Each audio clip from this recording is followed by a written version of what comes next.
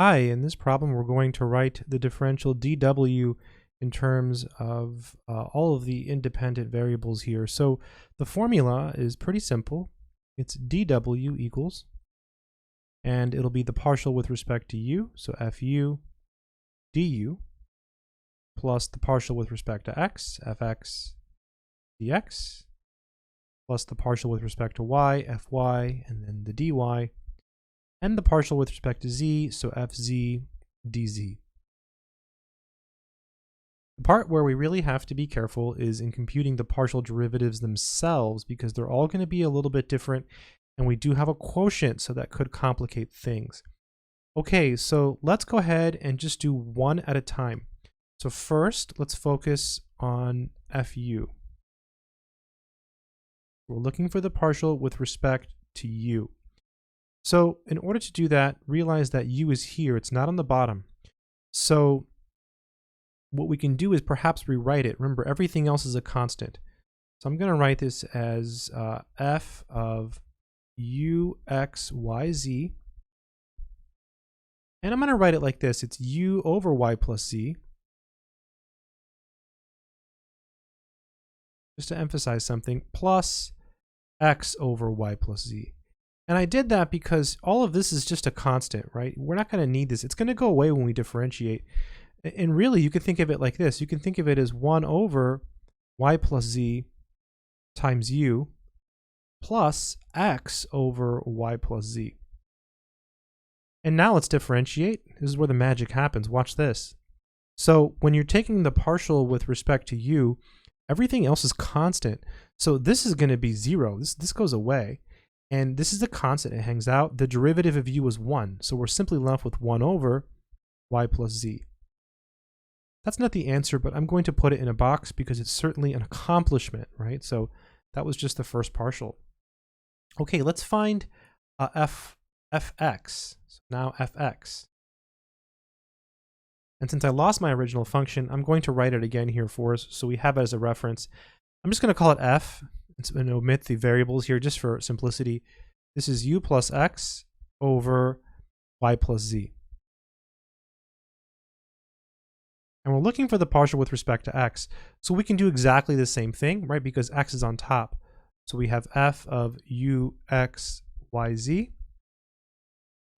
Let's write it as u over y plus z plus x over y plus z, but we know we can write that as 1 over y plus z times x. It's really x over that, but I'm writing it this way just for hopefully some added clarity, because now we can compute the partial.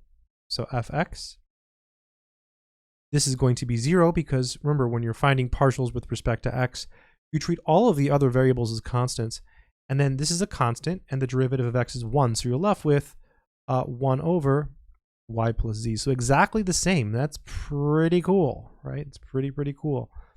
All right, so what is next? I guess fy would be next. So let's do fy. So fy, maybe I can do it over here, save some room.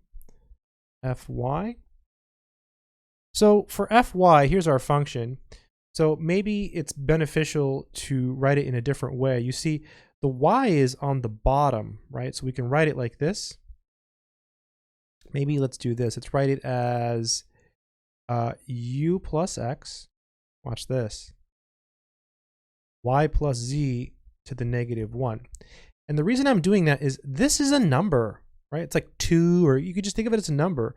And you know from like calculus 1, when you have a number up top and just like a variable on the bottom, you just bring it upstairs because that way you can avoid the quotient rule, right? Nobody likes the quotient rule. So if the numerator is a constant, you can avoid the quotient rule by bringing the bottom piece up.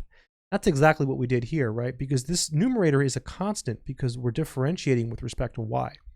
Now when we take the derivative, this is a constant. It hangs out. You bring down the negative 1. You get negative u plus x. Then y plus z to the negative 2 times the derivative of the inside. Well, the derivative of z is 0. The derivative of y is 1. So this is fy equals minus parentheses u plus x over y plus z squared. Wow, pretty Pretty innocent looking problem, but it definitely tests your skills on partial derivatives. I have not done this problem before, by the way. Lastly, let's do FZ. So now let's do FZ. And I'm going to go ahead and write our function up here again. It was f equals u plus x over y plus z. So same thing here. We'll bring it up because the z is only on the bottom. So this is u plus x, y plus z to the negative 1.